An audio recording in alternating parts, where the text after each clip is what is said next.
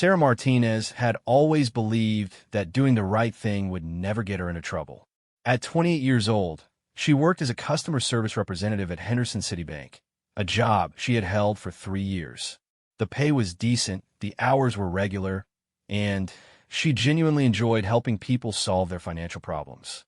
Every morning, she would arrive at her desk with a cup of coffee and a smile, ready to assist customers with everything from loan applications to account disputes. The bank was located in the heart of downtown Henderson, a mid-sized city where everyone seemed to know everyone else's business. Sarah had grown up in this town, graduated from Henderson High School, and never really considered leaving. Her parents owned a small restaurant on Main Street, and her younger brother was studying at the community college just outside town. Life was comfortable, predictable, and safe.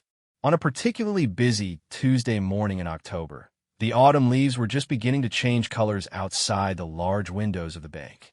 Sarah was reviewing loan applications when she noticed an elderly man standing near the entrance, looking confused and somewhat lost. He was wearing a faded military jacket with various patches, and his silver hair was neatly combed despite the worry lines creasing his weathered face. The man approached the information desk where Sarah's colleague, Janet, was working. Sarah could hear bits of their conversation from a nearby workstation. The man was explaining that he needed help with his veterans benefits check, which hadn't arrived as expected. Janet, who was known for her strict adherence to bank policies, was explaining that they couldn't help him without proper identification and account verification. "Sir, I understand your concern, but I need to see 2 forms of identification, and your account needs to be current on all fees," Janet said in her professional but somewhat cold tone. "Also, we can only discuss account matters with the primary account holder." The elderly man, who introduced himself as Robert Chun, pulled out a worn wallet and began searching through it frantically. He produced his driver's license and a Veterans Administration card, but Janet shook her head. "I need a second photo ID, sir. The VA card doesn't count as a government-issued photo identification for our purposes." Sarah watched as Mr. Chen's face fell. He explained quietly that his wallet had been stolen the previous week, and he was still waiting for replacement cards to arrive in the mail. His only other photo ID had been his passport, which was taken along with everything else. The police report was filed, but the paperwork was still being processed. "I just need to know if my benefits check was deposited," Mr. Chen said, his voice carrying a tremor of desperation. "My rent is due tomorrow, and I don't have any other money. I've been living on soup and crackers for the past 3 days." Janet's expression remained unmoved. "I'm sorry, sir, but policy is policy. I cannot access account information without proper identification. You'll need to come back when you have the required documents." Sarah felt her heart sink as she watched the elderly veteran's shoulders slump in defeat. She had seen this scenario play out before. Bureaucratic red tape preventing genuinely needy people from accessing their own money. While she understood the importance of security protocols, there had to be some way to help this man who had clearly served his country and was now facing a crisis through no fault of his own. As Mr. Chun turned to leave, Sarah made a decision that would change everything. She stood up from her desk and approached him gently. "Excuse me, Mr. Chun. I couldn't help but overhear your situation.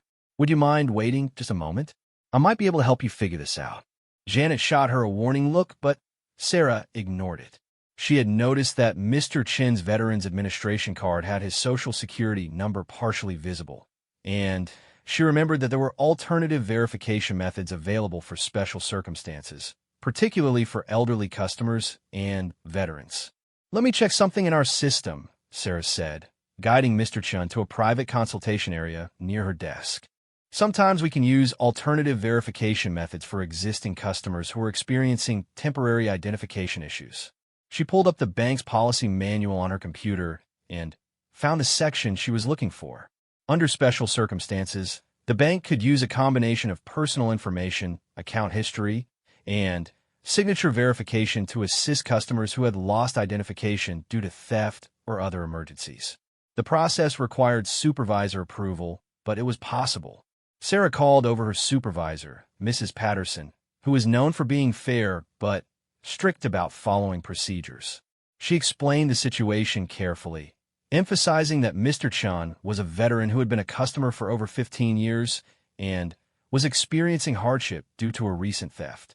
Mrs. Patterson listened carefully and then spoke with Mr. Chun directly, asking him questions about his account history, previous transactions, and personal information that only the account holder would know. After about 10 minutes of verification, she agreed that the special circumstances provision could apply. Mr. Chun, we can check your account status, but I want to be very clear that this is an exception to our normal policy, Mrs. Patterson explained.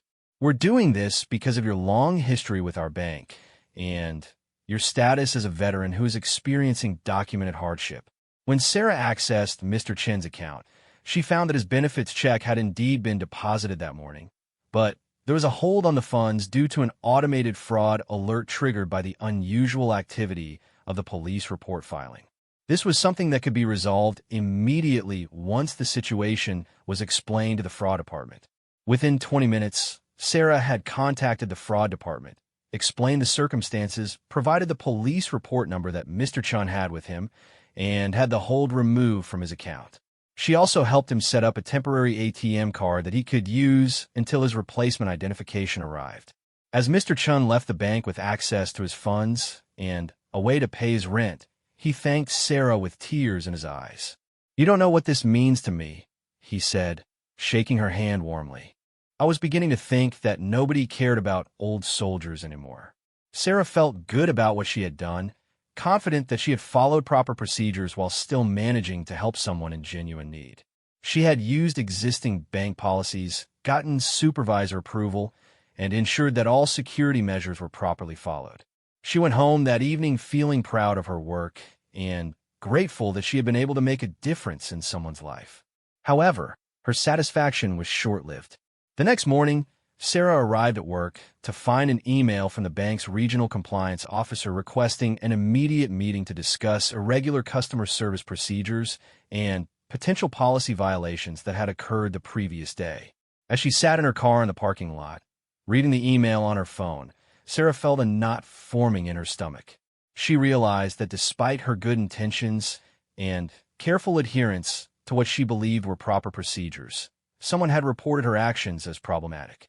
The email mentioned that a formal investigation would be conducted and that she should prepare to provide detailed explanations for her decisions. Sarah took a deep breath and gathered her things, wondering if her desire to help a veteran in need was about to cost her the job she loved. She had no way of knowing that this moment would be the beginning of a journey that would test everything she believed about doing the right thing, standing up for others, and the unexpected ways that life can reward those who choose compassion over convenience. The compliance meeting was scheduled for 10 o'clock that morning, giving Sarah just enough time to review her actions and prepare her defense. She spent the early morning hours going through the bank's policy manual, printing out the relevant sections that had guided her decision to help Mr. Chun, and organizing her thoughts about what had transpired. When she knocked on the door of the conference room, Sarah was surprised to find not just the regional compliance officer, David Morrison, but also the bank's district manager, Rebecca Walsh, and the head of security operations, Thomas Klein. The serious expressions on their faces told her that this was far more significant than she had anticipated. "Please have a seat, Sarah," Mr. Morrison said, gesturing to a chair across from the three officials. "We need to discuss the events that occurred yesterday regarding customer Robert Chun and your handling of his account access request." Sarah sat down and placed her folder of printed policies on the table.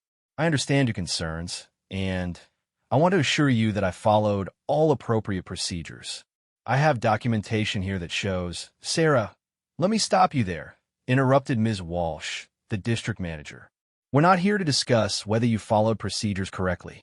We're here because your actions have created a significant compliance issue that could expose the bank to regulatory scrutiny." Mr. Klein, the security officer, opened a file and pulled out several photographs. Sarah was shocked to see that they were security camera images of her interaction with Mr. Chun, including close-ups of her computer screen showing account information. These images were flagged by our automated monitoring system because they show account information being displayed to someone who couldn't provide proper identification. But I got supervisor approval, Sarah protested, looking at the document she had brought. Mrs. Patterson verified his identity through alternative means, and we followed the special circumstances protocol outlined in Section 4.7 of the Customer Service Manual. Ms. Walsh shook her head slowly. Sarah, Mrs. Patterson has been with the bank for only 8 months. She wasn't aware that the special circumstances provision was suspended 6 months ago following new federal banking regulations. The manual you're referring to is outdated. Sarah felt the blood drain from her face. Suspended? But it's still in the current manual. I checked it yesterday morning before helping Mr. Chun. The online manual hasn't been updated yet, Mr. Morrison explained. There was a compliance bulletin sent to all customer service representatives 3 months ago explaining the temporary suspension of alternative verification methods. You should have received it in your email. Sarah's mind raced as she tried to remember any such bulletin. She had been dealing with a family emergency 3 months ago when her father had been hospitalized for a minor heart attack, and she had taken several days off work. It was entirely possible that she had missed important communications during that time. Even if I missed the bulletin, Sarah said carefully, my supervisor approved the action. Shouldn't that protect me from policy violations? Thomas Klein leaned forward. Normally, yes. However, Mrs. Patterson is also facing disciplinary action for approving a procedure that should have been suspended. The fact that 2 employees were unaware of current regulations suggests a serious training and communication failure. The room fell silent as Sarah processed what she was hearing. Not only was she in trouble, but she had also inadvertently caused problems for Mrs. Patterson, who had only been trying to help in what seemed like a straightforward situation. What does this mean for my employment? Sarah asked quietly. Mr. Morrison consulted his notes. The compliance violation is serious, but it's classified as an unintentional breach since you believed you were following proper procedures. However, the bank has to report this incident to federal regulators as part of our compliance monitoring requirements. You're being suspended without pay for 2 weeks while we conduct a full investigation, Ms. Walsh added. During that time, we'll need to review all of your customer interactions from the past 6 months to ensure no other violations occurred. You'll also be required to complete additional compliance training before returning to work. Sarah felt tears beginning to form in her eyes. 2 weeks without pay would be financially devastating, and the stress of being under investigation was overwhelming. Worse, she couldn't shake the feeling that she was being punished for trying to help a veteran who was facing a legitimate crisis. What about Mr. Chun? She asked. Was he able to resolve his situation? The 3 officials exchanged glances before Mr. Klein answered. Mr. Chin's account access was immediately frozen pending a security review after the compliance flag was raised. He's been told to visit our main branch with proper identification to have his account restored. Sarah's heart sank even further. Not only had her attempt to help failed to provide lasting assistance to Mr. Chun, but it had actually made his situation worse. He was now facing additional barriers to accessing his own money, and she was powerless to help him further. After signing several documents acknowledging her suspension and the investigation procedures, Sarah cleared out her desk under the watchful eyes of security personnel. Her colleagues watched in confusion and whisper among themselves as she packed her personal items into a cardboard box. Janet, who had originally turned Mr. Chin away, approached her as she was leaving. Sarah, I'm sorry this happened, Janet said quietly. I heard about the investigation. For what it's worth, I think you were just trying to do the right thing. The right thing, Sarah repeated bitterly. Apparently, that doesn't matter if you don't follow the exact right procedure. As Sarah drove home that afternoon, she felt a mixture of anger, sadness, and confusion. She had spent 3 years building a good reputation at the bank, and now she faced potential termination for trying to help someone in need. The financial stress of losing 2 weeks' pay was compounded by the uncertainty about her future employment and the professional consequences of having a compliance violation on her record. That evening, Sarah sat at her kitchen table with her laptop, searching for information about banking regulations and employee rights. She discovered that compliance violations, even unintentional ones, could follow her throughout her career in the financial industry. Banks shared information about employee violations through industry databases, which meant that finding another job in banking could be extremely difficult. As she researched, Sarah's phone rang. The caller ID showed an unknown local number, but she decided to answer anyway. "Hello, is this Sarah Martinez?" asked an elderly male voice. "Yes, this is Sarah. May I ask who's calling?" "This is Robert Chun. I got your number from your business card that you gave me yesterday at the bank. I wanted to call and thank you again for your help." Sarah's chest tightened. "Mr. Chun, I'm so sorry. I heard that my actions caused problems with your account. I was just trying to help, and I ended up making things worse for you." There was a pause before Mr. Chun responded. "Sarah, I need to tell you something important. After I left the bank yesterday, I went home and called my daughter in California. I told her about what you did for me, how you went out of your way to help when everyone else just followed the rules." "That's kind of you to say, but please let me finish," Mr. Chin interrupted gently. "My daughter is a journalist for the San Francisco Chronicle. She's written extensively about veterans' issues and problems with financial institutions. When I told her my story, she became very interested in what happened at your bank." Sarah wasn't sure where this conversation was heading, but she listened carefully. She did some research today and discovered that Henderson City Bank has received multiple complaints from veterans about inflexible policies and poor customer service.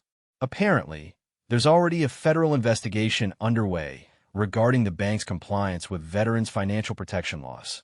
Sarah sat up straighter in her chair. "What does that mean?" "It means, Sarah, that you might not be the only one in trouble. My daughter wants to interview you about what happened. She thinks your story could be important for exposing larger problems at the bank."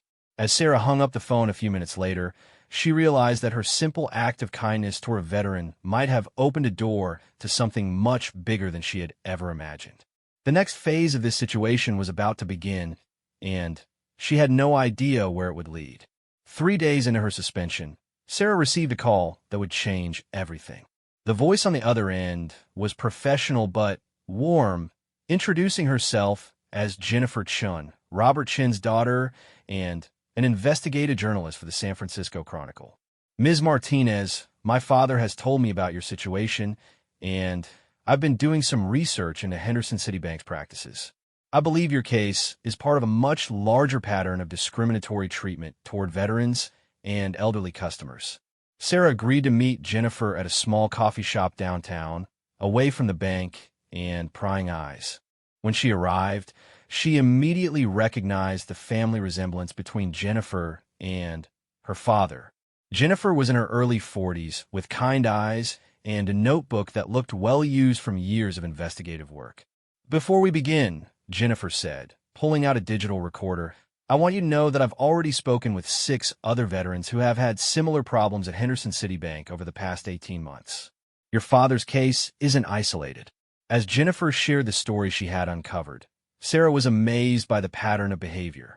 Veterans had been denied access to their own accounts for minor paperwork issues, charged excessive fees for services that other banks provided free to military families, and subjected to unnecessarily complicated verification procedures that seemed designed to discourage rather than assist. The most troubling case involved a disabled veteran who was told he couldn't access his disability benefits because his military identification wasn't accepted as valid ID, Jennifer explained. When his wife tried to help him, they told her she needed a power of attorney document, even though she was listed as a joint account holder. Sarah listened in growing disbelief. How is this legal? Aren't there specific protections for veterans when it comes to financial services? There are, Jennifer confirmed. The Service Members Civil Relief Act and several other federal laws protect military families from financial discrimination. That's why my father's story caught my attention. Your willingness to help him, and the punishment you receive for it, suggests that the bank has created a culture that discourages employees from providing the accommodations that veterans are legally entitled to receive. Jennifer pulled out a thick file folder. I've been working on this investigation for 2 months, ever since the third veteran contacted me about problems at Henderson City Bank. I found evidence of policy implementations that seemed specifically designed to make it difficult for older customers and veterans to access their accounts. She showed Sarah internal bank memos that had been leaked by an anonymous source. The documents revealed that Henderson City Bank had implemented increasingly strict identification requirements and had eliminated many of the customer service accommodations that had previously been available for special circumstances. "Look at this memo from 6 months ago," Jennifer said, pointing to a highlighted section. "It explicitly states that the special circumstances provisions should be minimized to reduce compliance risks. It also mentions that supervisors should exercise extreme caution when approving alternative verification methods." Sarah recognized the timeline immediately. "That's around when they suspended the special circumstances policy that I tried to use to help your father." "Exactly. And here's the most interesting part," Jennifer continued, pulling out another document. "This policy change wasn't applied equally to all customer segments. Business accounts and high-net-worth individuals retained access to alternative verification methods, while individual customers, particularly those with smaller account balances, faced the strictest requirements." The implications were staggering. Sarah began to understand that her suspension wasn't just about a compliance violation. It was about a bank that had systematically made it more difficult for certain types of customers to access their own money, particularly veterans and elderly individuals who might be more likely to have documentation issues or special circumstances. "What can we do about this?" Sarah asked. Jennifer smiled for the first time during their conversation. "That's where your story becomes really important. You're an insider who tried to follow what you believed were proper procedures to help a veteran in need. The fact that you were punished for it demonstrates that the bank's current culture actively discourages the kind of customer service that federal law requires for protected populations." Over the next hour, Jennifer walked Sarah through the legal framework surrounding veterans' rights in financial services. She explained that banks receiving federal deposits or operating under federal charters had specific obligations to accommodate veterans' needs, and that systematic failure to provide these accommodations could result in significant penalties and regulatory action. "The federal investigation I mentioned to my father is real," Jennifer said. "The Office of the Comptroller of the Currency has been reviewing Henderson City Bank's practices for the past 3 months based on complaints filed by veterans advocacy groups. Your case could be crucial evidence in their investigation." Sarah felt a mixture of excitement and nervousness. "What would that mean for me? I'm still facing potential termination, and I need this job." "That's where things get interesting," Jennifer replied. "Whistleblower protections exist for employees who report financial institutions' violations of federal law. If you were punished for following federal requirements to assist veterans, that could constitute retaliation." Jennifer explained that she had already been in contact with a whistleblower protection attorney who specialized in banking industry cases. The attorney, Maria Santos, had reviewed the preliminary information and believed that Sarah might have a strong case for wrongful disciplinary action. "More importantly," Jennifer continued, "your story could help other veterans who are facing similar problems. Public exposure of these practices often leads to immediate policy changes and compensation for affected customers." As their meeting concluded, Jennifer asked Sarah to consider going on the record with her story. "I understand this is a big decision. Speaking publicly could mean the end of your career at Henderson City Bank, but it could also mean the beginning of real change for veterans who are being treated unfairly." Sarah requested time to think it over, and Jennifer agreed to give her a few days to decide. As she drove home, Sarah's mind was racing with the implications of what she had learned. Her simple act of helping a veteran had uncovered what appeared to be systematic discrimination, and now she had the opportunity to be part of the solution. That evening, Sarah called her parents to discuss the situation. Her father, who had served in the Vietnam War, was outraged by what Jennifer had revealed. "Honey, if what that journalist said is true, then you have an obligation to speak up. Veterans served this country, and they deserve better treatment than this." Her mother was more cautious, worried about the financial and professional risks of challenging a large financial institution. Sarah, you have to think about your future. Banks have a lot of power, and they might make it difficult for you to find work in this industry again. As Sarah went to bed that night, she found herself thinking about Mr. Chen's face when he had thanked her for helping him access his benefits. She thought about the other veterans that Jennifer had told her about, and the possibility that her silence might mean continued mistreatment for people who had sacrificed for their country. The next morning, Sarah woke up with a clear sense of what she needed to do. She called Jennifer and told her that she was ready to go on the record with her story. She also asked for the contact information for the whistleblower protection attorney. "You're doing the right thing," Jennifer told her, "and I promise you won't be facing this alone. Sometimes standing up for what's right leads to consequences we don't expect, but they're often better than we could have imagined." As Sarah prepared to take the step that would make her story public, she had no way of knowing that her decision would attract the attention of people far beyond the local community, including some who had the power to not only protect her career, but to transform it in ways she had never dreamed possible. The San Francisco Chronicle published Jennifer Chen's investigative article on a Tuesday morning, featuring Sarah's story prominently in the opening paragraphs. The headline read, "Bank employee suspended for helping veteran access benefits exposes pattern of discrimination." By noon that day, Sarah's phone was ringing constantly with calls from other news outlets, veterans advocacy groups, and attorneys offering their services. Sarah had taken Jennifer's advice and hired Maria Santos, the whistleblower protection attorney, before the article was published. Maria had warned her that going public would likely result in immediate termination from Henderson City Bank, but that federal protections might provide legal remedies and financial compensation. The prediction proved accurate. At 2:17 p.m. on Tuesday, Sarah received a certified letter from Henderson City Bank informing her that her employment was terminated immediately for violation of bank policies and procedures, unauthorized disclosure of confidential customer information, and conduct detrimental to the bank's reputation. "They moved faster than I expected," Maria told Sarah during an emergency phone conference that afternoon. "But this actually works in our favor.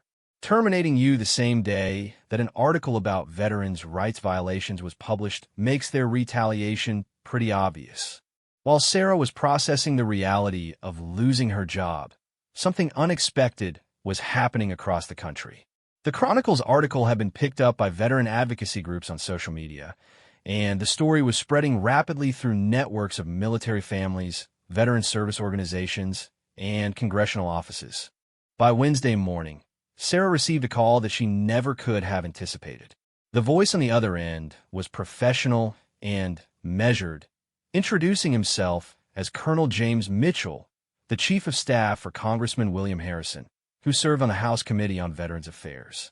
"Ms. Martinez, the congressman read about your situation in this morning's news briefing, and he's very interested in speaking with you. Would you be available for a phone call this afternoon?" Sarah agreed, though she had no idea what a congressman might want to discuss with her. When the call came through at 3 o'clock, Congressman Harrison himself was on the line, along with Colonel Mitchell and 2 other congressional staff members. "Ms. Martinez, I want to thank you for standing up for our veterans," Congressman Harrison began. "Your story has brought attention to issues that my office has been investigating for several months. We've received numerous complaints about financial institutions failing to provide proper accommodations for veterans, but we've lacked the kind of insider perspective that you can provide." The conversation lasted for over an hour, during which Sarah found herself describing not just her experience with Mr. Chen, but also other situations she had witnessed at the bank where veterans and elderly customers had faced unnecessary obstacles. The congressman's staff took detailed notes and asked specific questions about bank policies and training procedures. "Ms. Martinez, would you be willing to testify at a congressional hearing about these practices?" the congressman asked. "We're planning a hearing on financial institutions' compliance with veterans' protection laws, and your testimony could be extremely valuable." Sarah was stunned. "Testify? In front of Congress? I understand it's intimidating," Colonel Mitchell interjected. "But your story represents something important: the conflict between bureaucratic policies and moral obligations.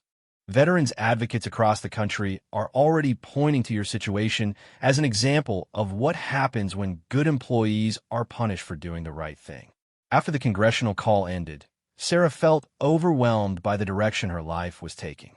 She had gone from being a small-town bank employee to potentially testifying before Congress in the span of just a week. Her attorney, Maria Santos, was equally amazed by the rapid developments. "Sarah, I've been doing whistleblower cases for 15 years, and I've never seen a story gain this kind of national attention so quickly," Maria told her. "You've become a symbol for something much larger than your individual case." The symbolic power of Sarah's story became even more apparent when veterans organizations across the country began sharing their own experiences with financial discrimination. The Veterans of Foreign Wars, the American Legion, and the Disabled American Veterans all issued statements supporting Sarah and calling for investigations into similar practices at other financial institutions. On Thursday, Sarah received another unexpected call, this time from someone who would change her understanding of how her simple act of kindness was reverberating through the veteran community. The caller introduced himself as Major General Robert Thompson, retired, who is now the president of the Veterans Financial Protection Coalition, a nonprofit organization she had never heard of. "Ms. Martinez, I read about your situation, and I wanted you to know that your willingness to help Robert Shun has inspired something remarkable. Our organization has received over 300 calls this week from veterans who want to share their stories about financial discrimination." Major General Thompson explained that the Veterans Financial Protection Coalition had been working quietly for 2 years to document and address financial abuse of veterans, but they had struggled to gain public attention for the issue.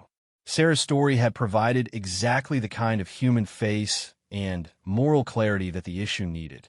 "We'd like to offer you a position with our organization," he said. "We need someone with your banking experience and your demonstrated commitment to helping veterans to lead our financial services reform initiative. The salary would be significantly higher than what you were making at the bank, and you'd be working on issues that could help thousands of veterans across the country." Sarah was speechless.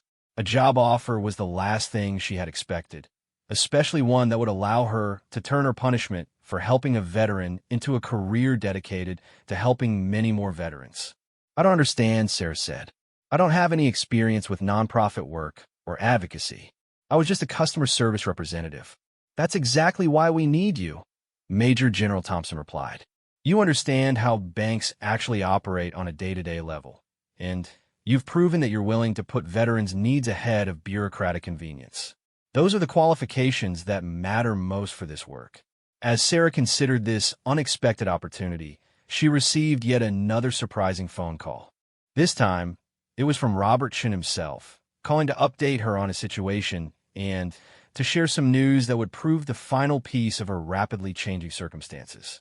"Sarah, I wanted you to know that after all the publicity about our story, Henderson City Bank contacted me personally to apologize and to offer a substantial settlement for the problems I experienced. They've also changed their policies to make it easier for veterans to access their accounts." Mr. Chin's voice was emotional as he continued. "But more importantly, I wanted to tell you that my granddaughter, who is a senior at Henderson College, wrote her senior thesis about your story.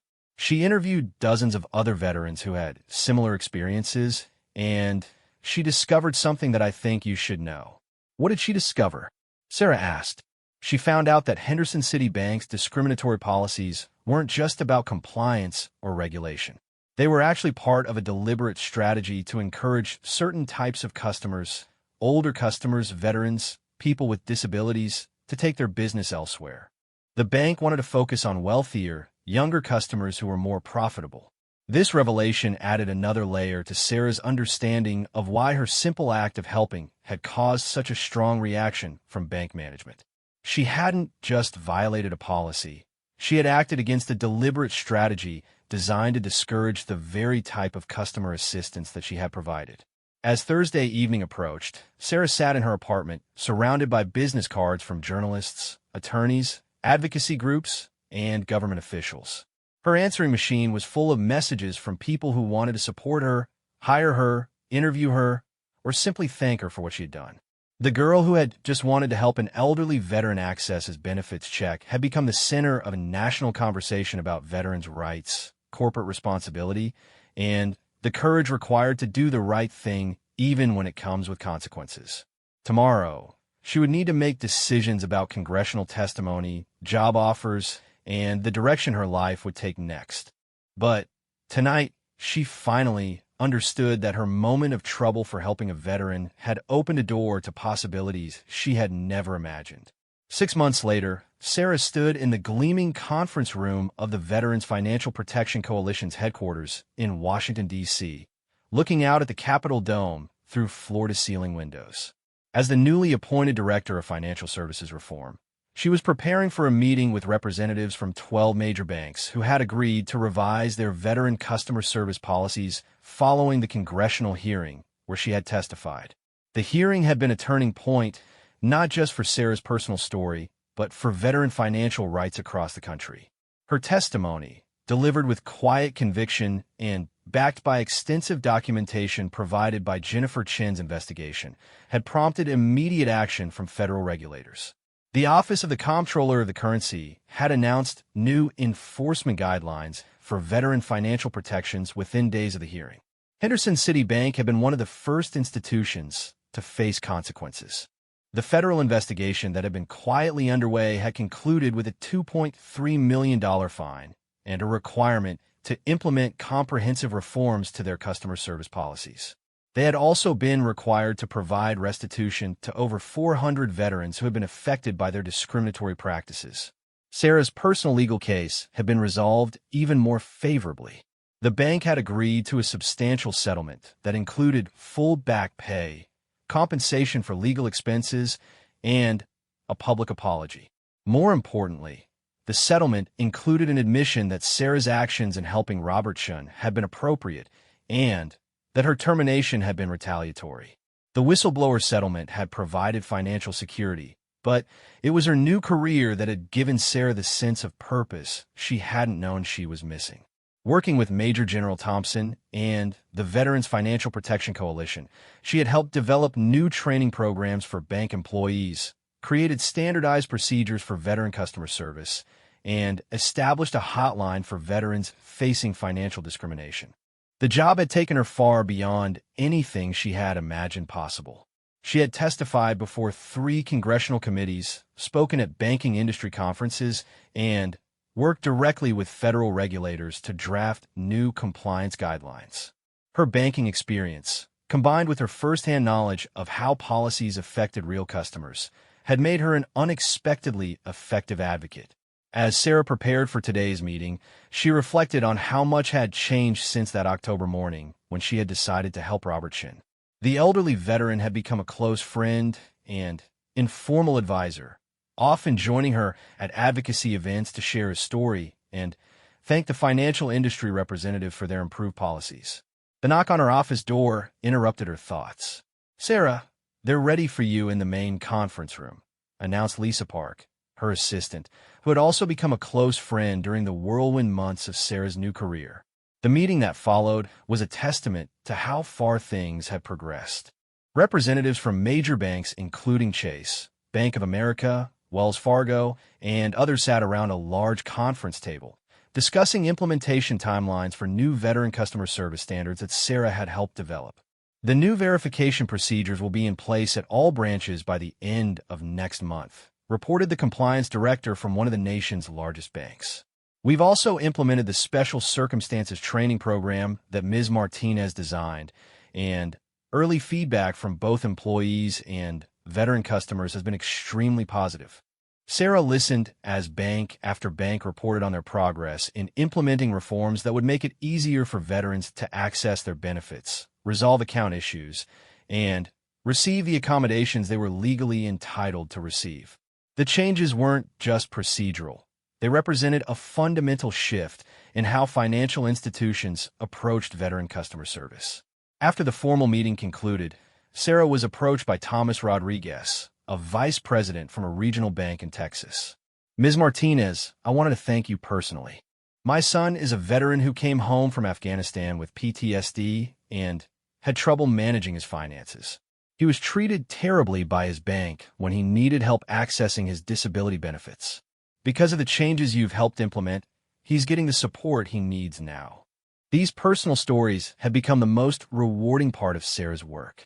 The policy changes and regulatory improvements were important, but it was the individual veterans whose lives were improved that reminded her why her moment of trouble for helping Robert Chun had been worth all the challenges that followed. As the day wound down, Sarah received a phone call that brought everything full circle. Jennifer Chun was calling with an update on her continued investigative work into veteran financial rights. Sarah, I wanted you to know that the series of articles I've written following up on your story has just won the Gerald Loeb Award for Financial Journalism. But more importantly, the investigation has expanded to cover veteran issues beyond banking. I've uncovered problems with housing, healthcare billing, and insurance that are affecting thousands of veterans.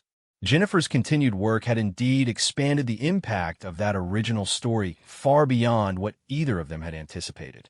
Her reporting had prompted investigations in multiple states and had led to federal legislation strengthening veteran consumer protections across many industries.